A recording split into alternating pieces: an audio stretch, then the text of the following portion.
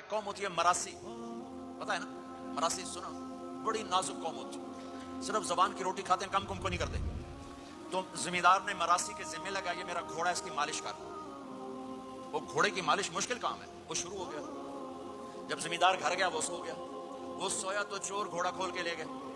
جب صبح اس کی آنکھ کھلی تو گھوڑا غائب تھا. تو اس نے کہا ابھی مارے گئے، آج میری خیر نہیں. وہ گھر گیا، خرگوش لا کے باندھ کے مالش شروع کر دی. جب تھوڑی دیر بعد زمیندار باہر نکلا، اس نے کہا میرا گھوڑا کی دیکھے دیا ہے کھلوتا ہے. اس نے کہا تیرا ستیاناس ہوئے، گھوڑا ہے تو خرگوش ہے. صحیح گھوڑا ہے، ساری رات مالش کی تھی تو گھس گھس گھس گھس گھس گھس گھس اے آ کھلوتا.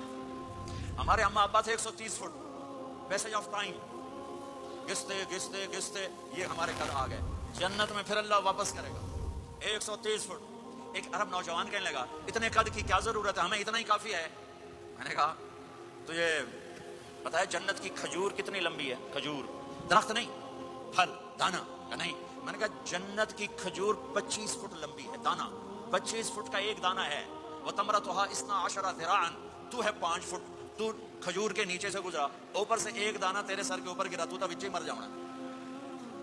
پھر مسورات سے معذرت کے ساتھ، جنت کی حور کا قد ہے 130 فٹ اور تو گیا 5 فٹ، وہ تو تجھے جہنم میں ڈال لے گی.